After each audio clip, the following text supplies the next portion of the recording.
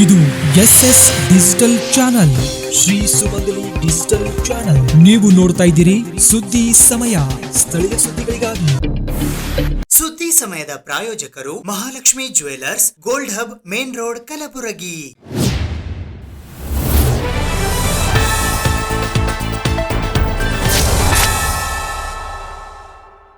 ಸುದ್ದಿ ಸಮಯಕ್ಕೆ ಸ್ವಾಗತ. ನಾನು RJ ಮಂಜು ಹಿರೋಳಿ.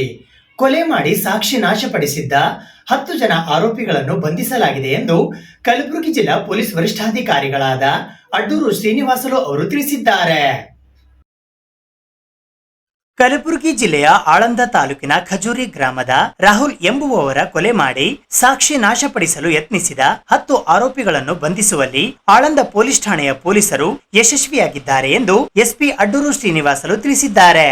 ಕಲಬುರಗಿ ನಗರದ SP ಕಚೇರಿಯಲ್ಲಿ ಸುದ್ದಿಗಾರರೊಂದಿಗೆ ಮಾತನಾಡುತ್ತಿದ್ದ ಅವರು, ಆಳಂದ ತಾಲೂಕಿನ ಖಜೂರಿ ಗ್ರಾಮದ ರವಿಚಂದ್ರ ತಂದೆ ಶ್ರೀಮಂತ್ ಖಜೂರೆ ಇವರು ಸಲ್ಲಿಸಿದ ದೂರಿನಂತೆ ಅವರ ತಮ್ಮನಾದ ರಾಹುಲ್ ತಂದೆ ಶ್ರೀಮಂತ್ ಖಜೂರಿ ವಯಸ್ಸು 28 ವರ್ಷ ಈತನು ಜನವರಿ 30, 2025ರಂದು ಮನೆಯಿಂದ ಹೊರಗಡೆ ಹೋಗಿ ಬರುತ್ತೇನೆ ಎಂದು ಹೇಳಿ ಹೋದವನು ವಾಪಸ್ಸು ಬಂದಿರುವುದಿಲ್ಲ, ಪತ್ತೆ ಮಾಡಿಕೊಡಬೇಕು ಎಂದು ಆಳಂದ ಪೊಲೀಸ್ ಠಾಣೆಯಲ್ಲಿ ಕಾಣೆಯಾದ ಬಗ್ಗೆ ಪ್ರಕರಣ ದಾಖಲಿಸಿದ್ದರು ಎಂದು ಅವರು ತಿಳಿಸಿದರು. ತನಿಖೆ ಕೈಗೊಂಡ ಪೊಲೀಸರು ಅಪರ ಪೊಲೀಸ್ ಅಧೀಕ್ಷಕರಾದ ಮಹೇಶ್ ಮೇಘಣ್ಣನವರ್ ಹಾಗೂ PI ಆಳಂದ್ ಗೋಪಿ BR ಕೋಡ್ಲಾ ಮತ್ತು ಗಣಪತರಾವ್, ಪೊಲೀಸ್ ಉಪಾಧೀಕ್ಷಕರು ಆಳಂದ ಉಪವಿಭಾಗ ಇವರ ಮಾರ್ಗದರ್ಶನದಲ್ಲಿ ಸಿಬ್ಬಂದಿಗಳಾದ ಶರಣಬಸಪ್ಪ ಭೀಮರಾಯ ಭಂಗ್ಲಾ, PSI ಕ್ವಾಸು, ಸಂಜೀವ್ ರೆಡ್ಡಿ, PSI ಅವಿ ಹಾಗೂ HC Mehboob Sheikh, HC Chandrashekhar, HC Mahantesh ಇವರನ್ನ ಒಳಗೊಂಡ ತಂಡವನ್ನ ರಚಿಸಿ ತನಿಖೆಯನ್ನು ಆರಂಭಿಸಲಾಗಿತ್ತು ಎಂದು ತಿಳಿಸಿದರು.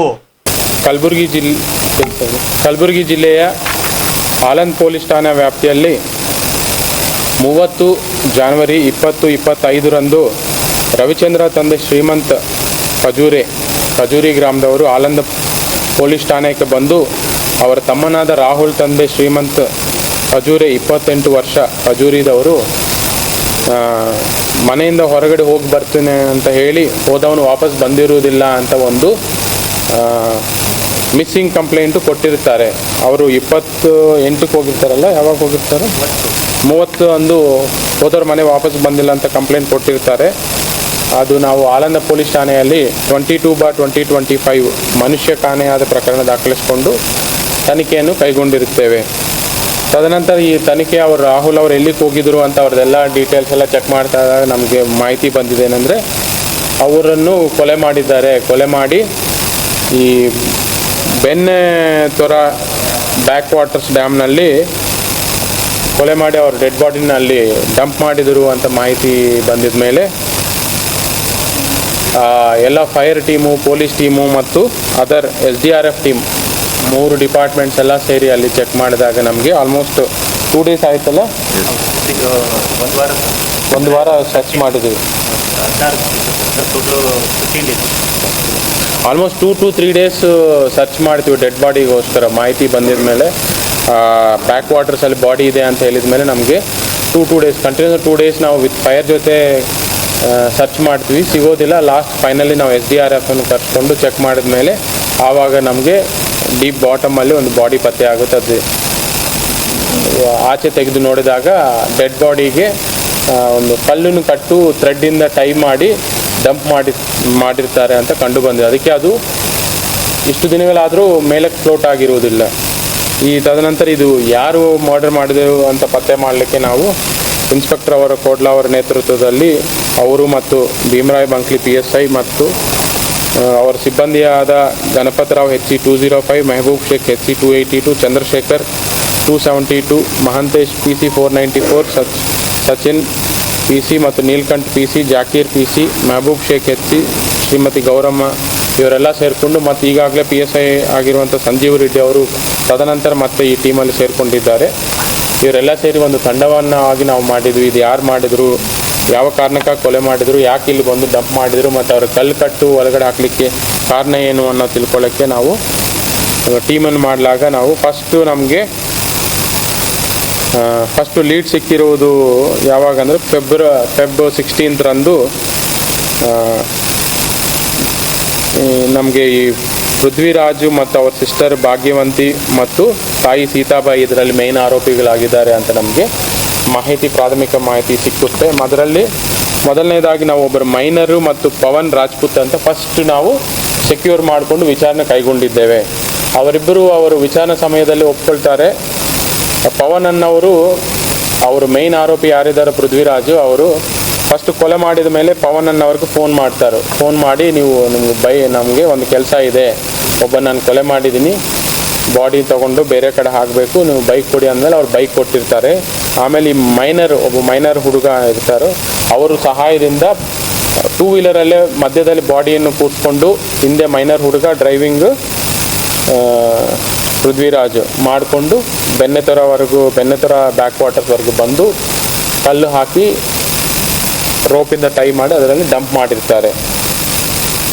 ತದನಂತರ ನಾವು ಮೇನ್ ಆರೋಪಿತರು ಯಾವ ಉದ್ದೇಶಕ್ಕಾಗಿ ಕೊಲೆ ಮಾಡಿದ್ರು, ಫಸ್ಟ್ ನಾವು ಯಾರು ಸಹಾಯ ಮಾಡಿದ್ದಾರೆ ಅವ್ರನ್ನ ಅರೆಸ್ಟ್ ಮಾಡಿದ್ವಿ. ಬಟ್ ಮೇನ್ ಆರೋಪಿ ಇನ್ನೂ ನಾವು ಅರೆಸ್ಟ್ ಮಾಡಿರುವುದಿಲ್ಲ. ಬಟ್ ಅದು ಯಾವ ಕಾರಣಕ್ಕೆ ಕೊಲೆ ಮಾಡಿದರು, ಯಾವ ಉದ್ದೇಶಕ್ಕೆ ಕೊಲೆ ಮಾಡಿದ್ರು ಅನ್ನೋ ಚೆಕ್ ಮಾಡ್ತಾ ಹೋದಾಗ ಫೈನಲಿ ನಮಗೆ May 16, 2025 ರಂದು ಮೇನ್ ಆರೋಪಿ May 16 ಮತ್ತು May 22 ಇದರಲ್ಲಿ ನಾವು ಮೇನ್ ಆರೋಪಿಗಳನ್ನ ಅರೆಸ್ಟ್ ಮಾಡಿದ್ದೇವೆ. ಫಸ್ಟ್ ಸೆಕ್ಯೂರ್ ಮಾಡಿಕೊಂಡು ವಿಚಾರಣೆ ಮಾಡಿದಾಗ ಯಾವ ಉದ್ದೇಶಕ್ಕಾಗಿ ಅವರು ಕೊಲೆ ಮಾಡಿದ್ದಾರೆ ಅಂತ ಚೆಕ್ ಮಾಡಿದಾಗ ಅವ್ರಿಗೆ ಮೇನ್ ರೀಸನ್ ನಮ್ಗೆ ಗೊತ್ತಾಗುತ್ತೆ. ಈ ರಾಹುಲ್ ಅನ್ನೋರು ಯಾರು ವಿಕ್ಟಿಮ್ ಇದ್ದಾರೋ ಅವ್ರಿಗೂ ಮತ್ತು ಭಾಗ್ಯವಂತಿ ಒನ್ ಆಫ್ ದ ಅಕ್ಯೂಸ್ಡ್ ಭಾಗ್ಯವಂತಿ ಅನ್ನೋರಿಗೆ 2 ವರ್ಷದಿಂದ ಪರಿಚಯ ಇರುತ್ತೆ. ಅವರ ಮನೆಯಲ್ಲಿ ಯಾರೂ ಇರಲಾದ ಸಮಯದಲ್ಲಿ ಭಾಗ್ಯವಂತಿ ಅನ್ನೋರು ರಾಹುಲ್ ಅವ್ರಿಗೆ ಫೋನ್ ಮಾಡಿ ಕರೀತಾರೆ, ಮನೆಯಲ್ಲಿ ಯಾರೂ ಇಲ್ಲ ನೀವು ಬನ್ನಿ ಅಂತ ಕರೆದಿದಾಗ ರಾಹುಲ್ ಅನ್ನೋರು ನೈಟು ಅವ್ರ ಮನೆ ಕಡೆ ಹೋಗ್ತಾರೆ. ಆ ಮನೆ ನಿಯರೆಸ್ಟ್ ಇರುವ ಒಂದು ಹೊಲದಲ್ಲಿ ಇವರಿಬ್ಬರು ಕೂತಿದ್ದಾಗ ಮೀಟ್ ಮಾಡಿದಾಗ ಅದು ಅವ್ರ ಅಣ್ಣ ಬಂದು ಚೆಕ್ ಮಾಡಿದಾಗ ಅವ್ರ ಅಣ್ಣಗೆ ಗೊತ್ತಾಗುತ್ತೆ ಇವರೊಬ್ಬರು ಒಟ್ಟಿಗೆ ಇದ್ದಾರೆ ಹೊಲದಲ್ಲಿ ಅಂತ ಗೊತ್ತಾದ ಮೇಲೆ ಅಲ್ಲಿಗೆ ಹೋಗ್ಬಿಟ್ಟು ಮೊದಲನೇದಾಗಿ ಅವ್ರ ಸಿಸ್ಟರ್ ಹೊಡಿತಾರೆ, ಯಾಕೆ ಮಾಡ್ತಾ ಇದೆಯಾ ಅಂತ ಅಲ್ಲಿಂದ ಅವ್ರ ಸಿಸ್ಟರ್ ಅವ್ರನ್ನ ಕಳಿಸ್ಕೊಟ್ಟು ಅವ್ರ ಸಿಸ್ಟರ್ ಅವ್ರು ಹೊಡಿತಾರೆ. ಮತ್ತು ಇದೆಲ್ಲದಕ್ಕೂ ಮೂಲ ಕಾರಣ ಆಗಿರೋಂಥ ರಾಹುಲ್ ಅನ್ನೋರಿಗೆ ಇವರೆಲ್ಲ ಸೇರಿಕೊಂಡು ಕಲ್ಲಿಂದ ಹೊಡೆದು ಕೊಲೆ ಮಾಡ್ತಾರೆ. ಜೂನ್ 4ರಂದು ಬೆಳಿಗ್ಗೆ 9 ಗಂಟೆಯಿಂದ ಸಾಯಂಕಾಲ 4 ಗಂಟೆಯವರೆಗೆ ಕಲಬುರಗಿಯ ರಾಮನಗರದ ಕಾಕಡೆ ಚೌಕ್ನಲ್ಲಿ ಇರುವ ಜೀವಿಕಾ ಮಲ್ಟಿ ಸ್ಪೆಷಾಲಿಟಿ ಆಸ್ಪತ್ರೆಯಲ್ಲಿ ಗ್ಯಾರೇಜ್ನಲ್ಲಿ ಕೆಲಸ ಮಾಡುವ ಕಾರ್ಮಿಕರಿಗೆ, ಉದ್ಯೋಗಿಗಳಿಗೆ ಹಾಗೂ ಆಟೋ ಚಾಲಕರಿಗಾಗಿ ಉಚಿತ ಆರೋಗ್ಯ ತಪಾಸಣಾ ಶಿಬಿರ ಹಮ್ಮಿಕೊಳ್ಳಲಾಗಿದೆ. ಕಲಬುರಗಿಯ ರಾಮನಗರದ ಕಾಕಡೆ ಚೌಕ್ನಲ್ಲಿ ಇರುವ ಜೀವಿಕಾ ಮಲ್ಟಿ ಸ್ಪೆಷಾಲಿಟಿ ಆಸ್ಪತ್ರೆಯಲ್ಲಿ ಗ್ಯಾರೇಜ್ನಲ್ಲಿ ಕೆಲಸ ಮಾಡುವ ಕಾರ್ಮಿಕರಿಗೆ, ಉದ್ಯೋಗಿಗಳಿಗೆ ಮತ್ತು ಆಟೋ ಚಾಲಕರಿಗೆ ಉಚಿತ ಆರೋಗ್ಯ ತಪಾಸಣಾ ಶಿಬಿರ ಹಮ್ಮಿಕೊಳ್ಳಲಾಗಿದೆ.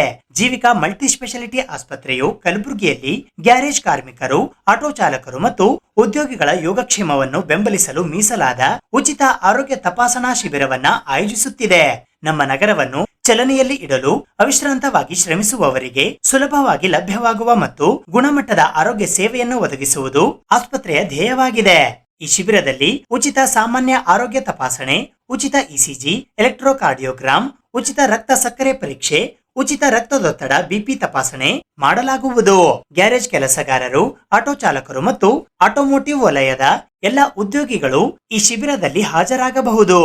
ಈ ಶಿಬಿರದಲ್ಲಿ ಮಧುಮೇಹ, ಅಧಿಕ ರಕ್ತದೊತ್ತಡ ಮತ್ತು ಹೃದಯ ಸ್ಥಿತಿಗಳಂತಹ ಸಾಮಾನ್ಯ ಆರೋಗ್ಯ ಸಮಸ್ಯೆಗಳನ್ನು ಮೊದಲೇ ಪತ್ತೆ ಹಚ್ಚುವುದು, ಅನುಭವಿ ವೈದ್ಯಕೀಯ ತಂಡದೊಂದಿಗೆ ತಜ್ಞರ ಸಮಾಲೋಚನೆ, ಆರೋಗ್ಯಕರ ಜೀವನ ಶೈಲಿಯನ್ನು ಕಾಪಾಡಿಕೊಳ್ಳಲು ವೈಯಕ್ತಿಕಗೊಳಿಸಿದ ಸಲಹೆ ನೀಡಲಾಗುವುದು. ಈ ಶಿಬಿರದಲ್ಲಿ ಭಾಗವಹಿಸುವವರಿಗೆ ಯಾವುದೇ ವೆಚ್ಚ, ಸೇವೆಗಳು ಸಂಪೂರ್ಣವಾಗಿ ಉಚಿತವಲ್ಲ.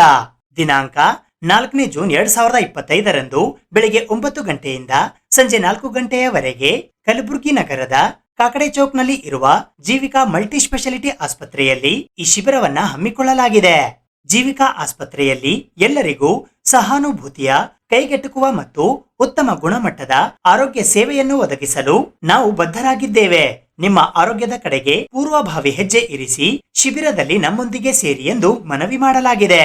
ಹೊರ ರೋಗಿಗಳ ಸಮಾಲೋಚನೆಗಾಗಿ 9008881808 ಮತ್ತು ತುರ್ತು ಸೇವೆಗಾಗಿ 9686833502 ಈ ಸಂಖ್ಯೆಗಳಿಗೆ ಸಂಪರ್ಕಿಸಿ ವಿವರಗಳನ್ನ ಪಡೆಯಬಹುದಾಗಿದೆ. ಡಾಕ್ಟರ್ ಎನ್ ಧರಮ್ ಸಿಂಗ್ ಪದವಿ ಪೂರ್ವ ವಿಜ್ಞಾನ ಮಹಾವಿದ್ಯಾಲಯ ಕಲಬುರಗಿಯಲ್ಲಿ ಸೋಮವಾರ ಪ್ರಥಮ ಪಿಯುಸಿ ವಿದ್ಯಾರ್ಥಿಗಳಿಗಾಗಿ 2025-26ನೇಯ ಆರಂಭೋತ್ಸವ ಕಾರ್ಯಕ್ರಮ ಹಮ್ಮಿಕೊಳ್ಳಲಾಗಿತ್ತು. ವಿದ್ಯಾರ್ಥಿಗಳ ಮೇಲೆ ಪುಷ್ಪವೃಷ್ಟಿ ಮಾಡಿ ಹೂಗುಚ್ಛ ನೀಡುವ ಮೂಲಕ ಸ್ವಾಗತಿಸಲಾಯಿತು. ನಂತರ ಸಸಿ ನೆಟ್ಟು ನೀರುಣಿಸುವ ಮೂಲಕ ಆರಂಭೋತ್ಸವ ಕಾರ್ಯಕ್ರಮಕ್ಕೆ ಚಾಲನೆ ನೀಡಲಾಯಿತು. Doctor N Dharam Singh PU ವಿಜ್ಞಾನ ಕಾಲೇಜಿನಲ್ಲಿ ವಿದ್ಯಾರ್ಥಿಗಳ ಆರಂಭೋತ್ಸವ ಕಾರ್ಯಕ್ರಮ ಜರುಗಿತು. ನಿನ್ನೆ doctor N Dharam Singh PU ಕಾಲೇಜಿನಲ್ಲಿ ಪ್ರಥಮ ಪಿಯುಸಿ ವಿದ್ಯಾರ್ಥಿಗಳಿಗೆ 2025-26ನೇಯ ಆರಂಭೋತ್ಸವ ಕಾರ್ಯಕ್ರಮವನ್ನು ಬೆಳಿಗ್ಗೆ 9 ಗಂಟೆಗೆ ಹಮ್ಮಿಕೊಳ್ಳಲಾಗಿತ್ತು.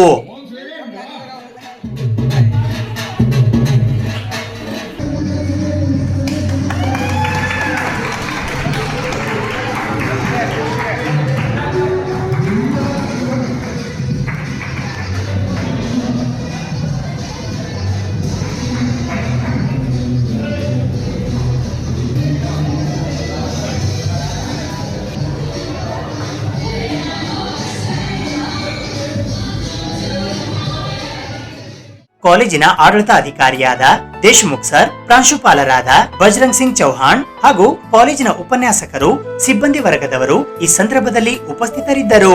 ಈ ಕಾರ್ಯಕ್ರಮದ ಉದ್ಘಾಟಕರಾದ doctor Shivraj ಮುಲ್ಗೆ, Aryan international public ಸ್ಕೂಲಿನ ಪ್ರಾಂಶುಪಾಲರಾದ ವಿನುತಾ ಕಡಪ ಹಾಗೂ ಆರ್ಯನ್ ಫಾರ್ಮಸಿ ಕಾಲೇಜಿನ ಉಪ ಪ್ರಾಂಶುಪಾಲರಾದ ಅಮಿತ್ ತಿವಾರಿ ಅವರು ಕೂಡ ಈ ಕಾರ್ಯಕ್ರಮದಲ್ಲಿ ಪಾಲ್ಗೊಂಡಿದ್ದರು. ದ್ವಿತೀಯ ಪಿಯುಸಿ ವಿದ್ಯಾರ್ಥಿನಿ ನೇತ್ರಾವತಿ ಸ್ವಾಗತ ಭಾಷಣ ಮಾಡಿದರು. ಹರ್ಷಿತಾ ನಾಜಿಯಾ ನಿರೂಪಣೆ ಮಾಡಿದರು. ದ್ವಿತೀಯ ವಿದ್ಯಾರ್ಥಿನಿಯರಿಂದ ನೃತ್ಯ, ಹಾಡು, ಭಾಷಣ ಹಾಗೂ ರಸಪ್ರಶ್ನೆ ಕಾರ್ಯಕ್ರಮ ಹಮ್ಮಿಕೊಳ್ಳಲಾಗಿತ್ತು. ಉಪನ್ಯಾಸಕಿ ರೇಖಾ ಪಾಟೀಲ್ ಅವರ ವಂದನಾರ್ಪಣೆಯೊಂದಿಗೆ ಕಾರ್ಯಕ್ರಮ ಮುಕ್ತಾಯಗೊಂಡಿತು. ಸಿಹಿ ಹಂಚುವ ಮೂಲಕ ಕಾರ್ಯಕ್ರಮಕ್ಕೆ ವಿರಾಮ ನೀಡಲಾಯಿತು. ಜೂನ್ 2ರಂದು ಶಾಲೆಯಲ್ಲಿ ಮರಳಿ ಬಾ ಶಾಲೆಗೆ ಎನ್ನುವುದರ ಜೊತೆಗೆ ಮುದ್ದು ಮಕ್ಕಳನ್ನು ಹೂವು ಮತ್ತು ಸಿಹಿ ತಿಂಡಿ ಕೊಡುವುದರ ಮೂಲಕ ಮಕ್ಕಳನ್ನು ಶಾಲಾ ಪುನರಾರಂಭಕ್ಕೆ ಸ್ವಾಗತಿಸಲಾಯಿತು. ಈ ಕಾರ್ಯಕ್ರಮಕ್ಕೆ ಮುಖ್ಯ ಅತಿಥಿಗಳಾಗಿ Shankar Singh memorial trust, doctor N Dharam Singh PU college ಹಾಗೂ ಆರ್ಯನ್ ಇಂಟರ್ನ್ಯಾಷನಲ್ ಪಬ್ಲಿಕ್ ಶಾಲೆಯ ಆಡಳಿತಾಧಿಕಾರಿಯಾದ ದೇಶಮುಖ್ ಸರ್ ಮತ್ತು doctor N Dharam Singh PU ಕಾಲೇಜಿನ ಪ್ರಾಂಶುಪಾಲರಾದ ಬಜರಂಗ್ ಸಿಂಗ್ ಚೌಹಾಣ್ ಮತ್ತು ಆರ್ಯನ್ ಇಂಟರ್ನ್ಯಾಷನಲ್ ಪಬ್ಲಿಕ್ ಶಾಲೆಯ ಪ್ರಾಂಶುಪಾಲರಾದ ವಿನುತಾ ಎಸ್ ಕಡಪ ಆಗಮಿಸಿದ್ದರು. ಅಲ್ಲದೆ ಎಲ್ಲಾ ಶಿಕ್ಷಕ ವೃಂದದವರು ಕೂಡ ಈ ಕಾರ್ಯಕ್ರಮದಲ್ಲಿ ಪಾಲ್ಗೊಂಡಿದ್ದರು. ನಿರ್ಮಲಾ ಆರ್, ಸ್ವಪ್ನ ವಿ ತುಪ್ಪಸಕ್ರಿ, ದೀಪಾ, ರವೀನಾ, ವೈಶಾಲಿ ಸೇರಿದಂತೆ ಮುಂತಾದವರು ಈ ಕಾರ್ಯಕ್ರಮದಲ್ಲಿ ಪಾಲ್ಗೊಂಡಿದ್ದರು. ನಂತರ ಶಾಲಾ ಮಕ್ಕಳಿಂದ ಸಾಂಸ್ಕೃತಿಕ ಕಾರ್ಯಕ್ರಮಗಳು ಜರುಗಿದವು.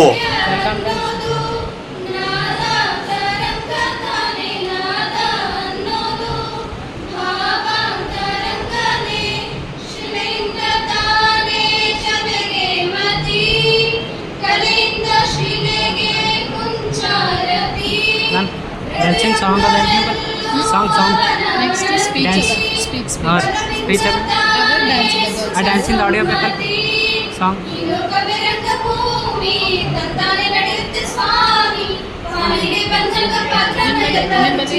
ಇಲ್ರಿ ಮೇಡಮ್ ಅವ್ರು ಹಾಕಿದ್ರಿ ಅದಕ್ಕಂತ ಅದನ್ನ ನಾ ಪ್ಲೇ ಮಾಡ್ತೀನಿ ರೀ ಆಮೇಲೆ. So first of all, I will congratulate to UC first year students who have taken admission to this college, because this college, you know, one of the top rated college in the Gulbarga city. Therefore, you must feel yourself very proud to have a student of this college. Okay. Now, so most of you are, I heard that you are from Kannada background.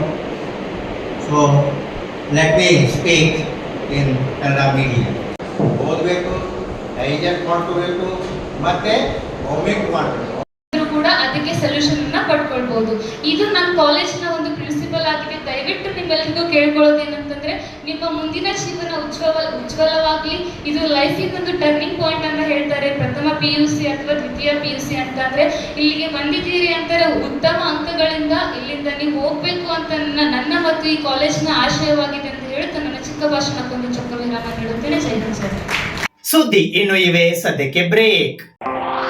ಇದು SS digital channel, Shri ಸುಮಂಗಲಿ digital channel. ನೀವು ನೋಡ್ತಾ ಇದ್ದೀರಿ ಸುದ್ದಿ ಸಮಯ, ಸ್ಥಳೀಯ ಸುದ್ದಿಗಳಿಗಾಗಿ. ಸುದ್ದಿ ಸಮಯದ ಪ್ರಾಯೋಜಕರು Mahalakshmi jewellers, gold hub, main road, Kalaburagi.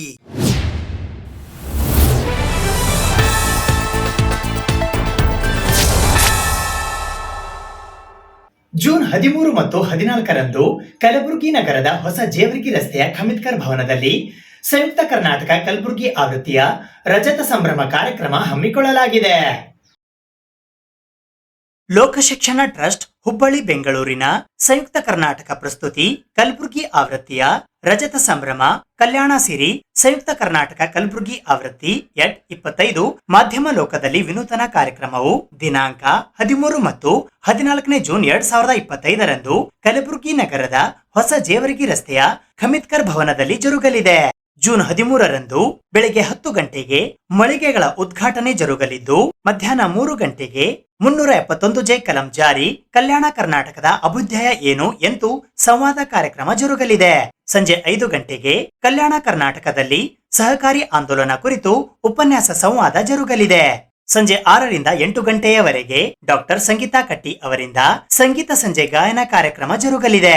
ದಿನಾಂಕ 14 ಜೂನ್ 2025 ಬೆಳಿಗ್ಗೆ 11 ರಿಂದ 12:30 ಖ್ಯಾತ ಶಿಕ್ಷಣ ತಜ್ಞರಾದ ಡಾಕ್ಟರ್ ಗುರುರಾಜ್ ಕರ್ಜಗಿ ಇವರಿಂದ ನಮ್ಮ ಮಕ್ಕಳು ನಮ್ಮ ಭವಿಷ್ಯ ಎಂಬ ವಿಷಯದ ಕುರಿತು ಉಪನ್ಯಾಸ ಸಂವಾದ ಕಾರ್ಯಕ್ರಮ ಜರುಗಲಿದೆ.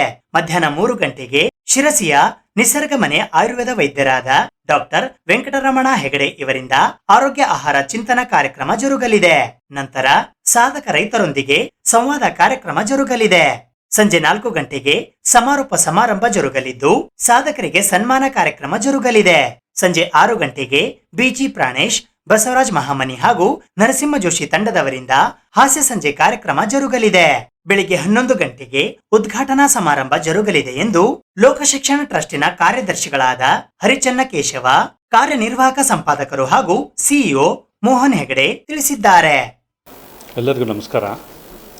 ಸಂಯುಕ್ತ ಕರ್ನಾಟಕದಿಂದ 25 ವರ್ಷದ ಕಲ್ಯಾಣ ಸಿರಿ ಎಂಬ ಕಾರ್ಯಕ್ರಮವನ್ನು 13 ಮತ್ತು 14 ಖನಿಟ್ಕರ್ ಭವನದಲ್ಲಿ ಏರ್ಪಡಿಸಲಾಗಿದ್ದು ಎಲ್ಲರೂ ಇದರ ಸದುಪಯೋಗವನ್ನು ಪಡೆದುಕೊಳ್ಳಬೇಕಾಗಿ ವಿನಂತಿ.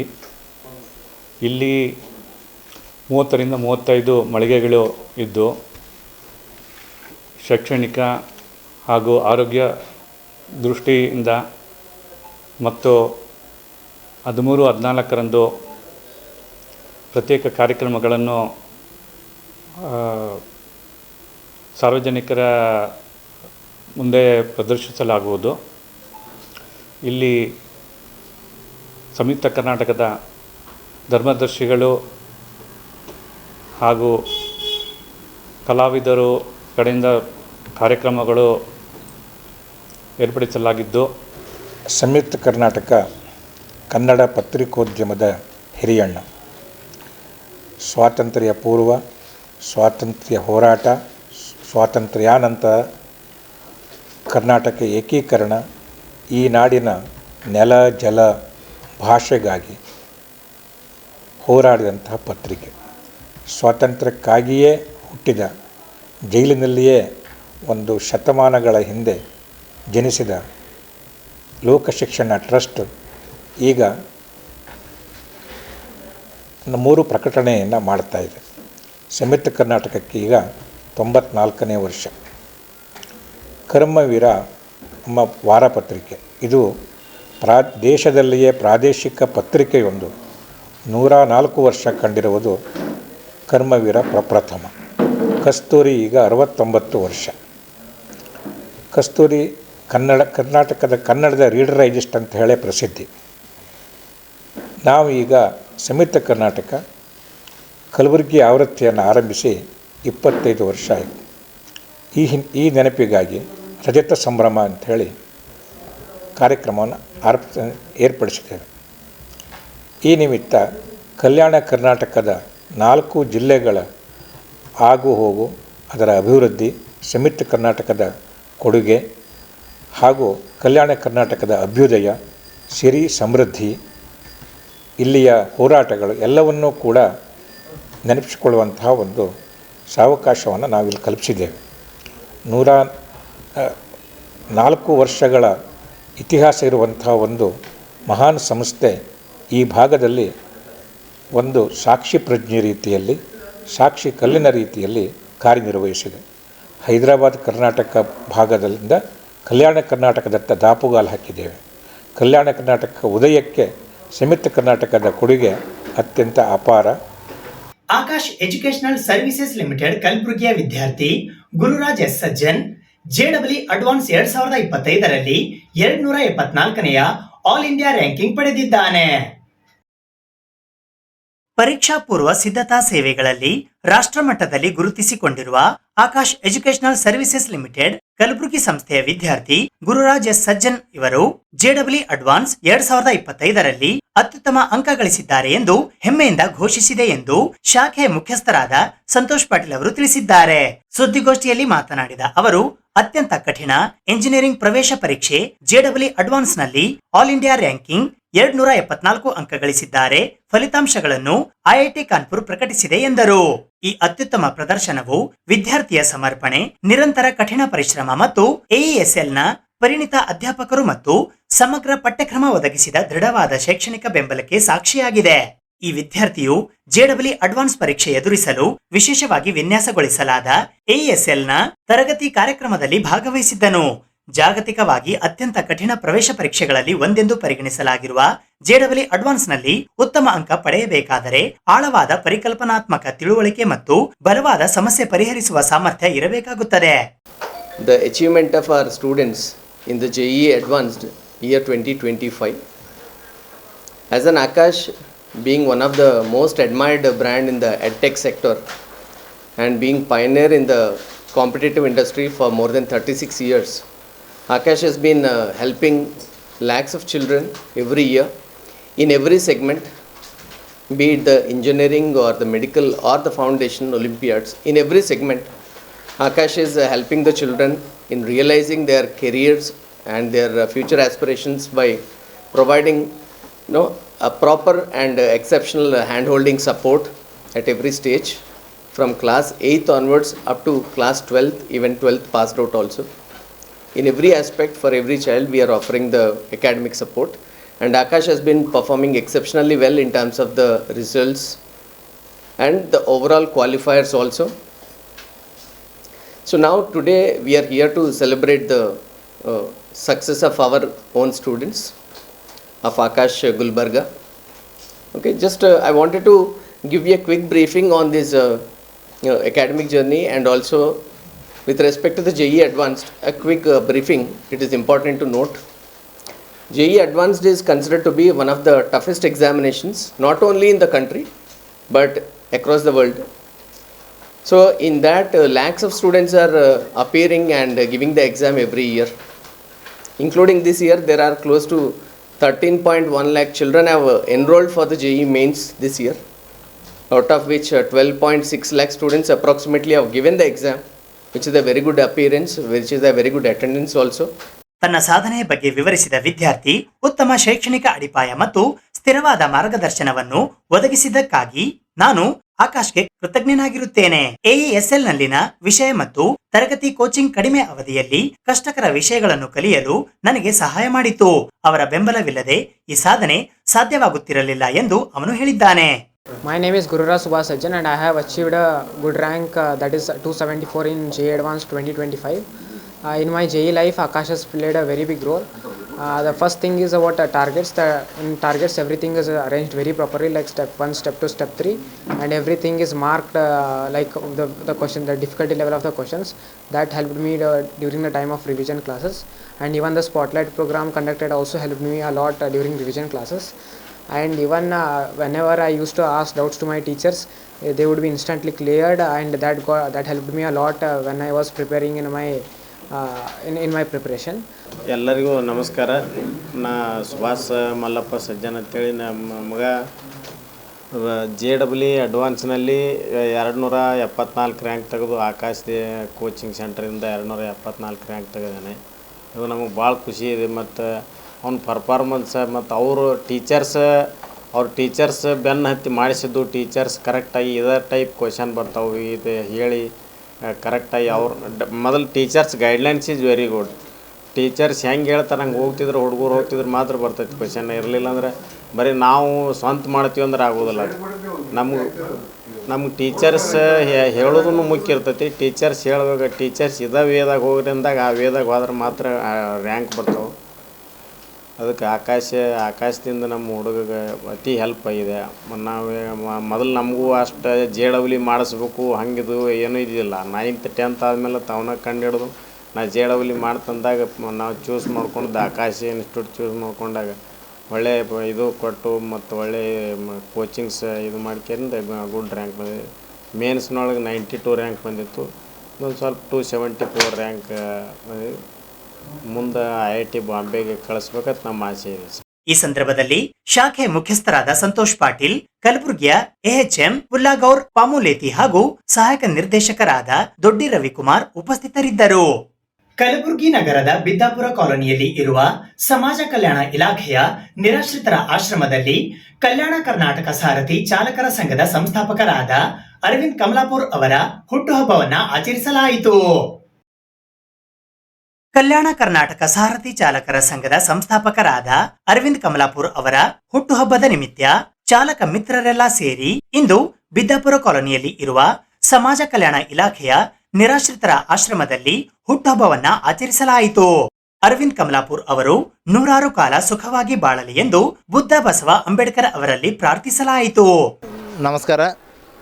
ಇವತ್ತಿನ ದಿವಸ ನಮ್ಮ ಚಾಲಕರಿಗೆ ಒಂದು ಹಬ್ಬ ಅಂದಂಗೆ ಇವತ್ತು ನಮ್ಮ ಕಲ್ಯಾಣ ಕರ್ನಾಟಕ ಸಾರಥಿ ಅಭಿವೃದ್ಧಿ ಸಂಘ ಕಲಬುರಗಿ ಜಿಲ್ಲೆ ನಮ್ಮ ಸಂಸ್ಥಾಪಕರಾದಂಥ ಅರವಿಂದ್ ಕಮಲಾಪುರ ಅಣ್ಣವರ ಒಂದು ಜನ್ಮದಿನದಂದು ಇವತ್ತಿನ ದಿವಸ ನಮ್ಮ ಎಲ್ಲ ಚಾಲಕರು ಸೇರಿ ಅವರಿಗೆ ದೇವರು 100 ಕಾಲ ಆಯುಷ್ಯ ಆರೋಗ್ಯ ಕೊಟ್ಟು ಕಾಪಾಡಲಿ. ಇದೇ ಥರ ನಮ್ಮ ಚಾಲಕರಿಗೋಸ್ಕರ ಏನು ಜಾತಿ ಭೇದ ಎನ್ನಲಾರದೆ ಯಾರೇ ಅವ್ರ ಹತ್ರ ಕಷ್ಟ ಬಂದಾಗ ತಮ್ಮ ಕೈಲಾದಷ್ಟು ಏನು ಸಹಾಯ ಮಾಡ್ತಾಯಿದ್ದಾರೆ ಅವರಿಗೆ ನಮ್ಮ ಎಲ್ಲ ಚಾಲಕರ ವತಿಯಿಂದ ತುಂಬ ಹೃದಯ ಧನ್ಯವಾದ. ಇದೇ ಥರ ಅವರು ಎಲ್ಲ ಚಾಲಕರಿಗೋಸ್ಕರ ಇನ್ನೂ ಹೆಚ್ಚಿನ ದಿನಗಳಲ್ಲಿ ಹಾಗೂ ನಮ್ಮ ಎಲ್ಲ ಚಾಲಕರಿಗೋಸ್ಕರ ಏನೇ ಒಂದು ಕುಂದುಕೊರತೆಗಳಿದ್ದರೂ ಅವರು ಬಗೆಹರಿಸ್ಕೊಂಡು ಮುಂದಿನ ದಿನಗಳಲ್ಲಿ ಒಂದು ಒಳ್ಳೆಯ ಯಶಸ್ಸು ಕಾಣಲಿ ಅಂತ ಹೇಳಿ ನಮ್ಮ ಎಲ್ಲ ಚಾಲಕರ ವತಿಯಿಂದ ಹಾಗೂ ಇವತ್ತು ಏನೋ ಅವರದ್ದು ಒಂದು ಜನ್ಮದಿನದಂದು ನಮ್ಮ ಎಲ್ಲ ಚಾಲಕರು ಸೇರಿ ನಾವು ಒಂದು ಹಬ್ಬವನ್ನು ಆಚರಣೆ ಮಾಡ್ತಾಯಿದ್ದೆವು. ಜೈ ಹಿಂದ್, ಜೈ ಸಾರಥಿ, ಸಾರ್ಥಿಕತಾ ಜಿಂದಾಬಾದ್. ಹಾಗೂ ನನ್ನ ಹೆಸರು ಮಂಜುನಾಥ್ ಬಬ್ಲಾದ್, ಪ್ರಧಾನ ಕಾರ್ಯದರ್ಶಿ ಕಲ್ಯಾಣ ಕರ್ನಾಟಕದ ಕಲ್ಯಾಣ ಕರ್ನಾಟಕ ಚಾಲಕರ ಅಭಿವೃದ್ಧಿ ಸಂಘ ಎಸ್ ಕೊಠಾರಿ ಭವನ ಅಧ್ಯಕ್ಷರಾದ ಶರಣು ಗೊಬ್ಬೂರು ಮಾತನಾಡೋದು.